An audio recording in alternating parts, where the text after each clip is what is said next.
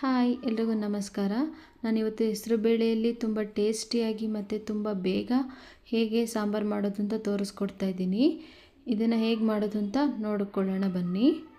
1 ಲೋಟದಷ್ಟು ಹೆಸರು ಬೇಳೆನ ತೊಳೆದು ಹಾಕ್ಕೊಳ್ತಾ ಇದ್ದೀನಿ. ಒಂದು ಟೊಮೊಟೊನ ಚಿಕ್ಕದಾಗಿ ಹೆಚ್ಚಿಟ್ಕೊಂಡು ಹಾಕ್ಕೊಳ್ತಾ ಇದ್ದೀನಿ.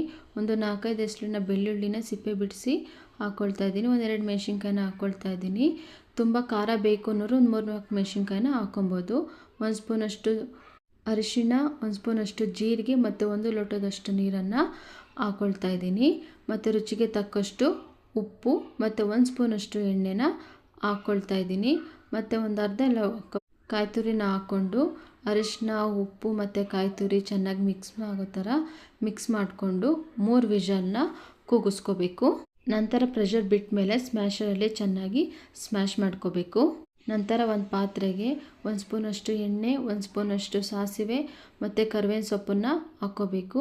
ನಂತರ ನಾವು ಸ್ಮ್ಯಾಶ್ ಮಾಡಿ ಇಟ್ಕೊಂಡಿರೋ ಹೆಸರು ಬೇಳೆಯನ್ನು ಹಾಕ್ಕೋಬೇಕು.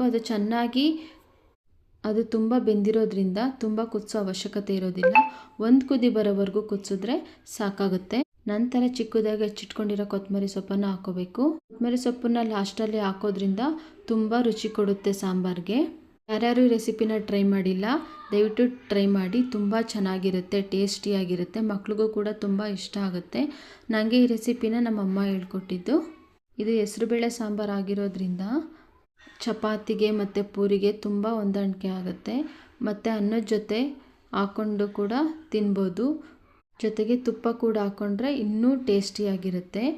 ನಿಮಗೆ ರೆಸಿಪಿ ಇಷ್ಟ ಆದಲ್ಲಿ ಲೈಕ್ ಮಾಡಿ, ಶೇರ್ ಮಾಡಿ ಮತ್ತು ಸಬ್ಸ್ಕ್ರೈಬ್ ಮಾಡಿ. Thank you so much.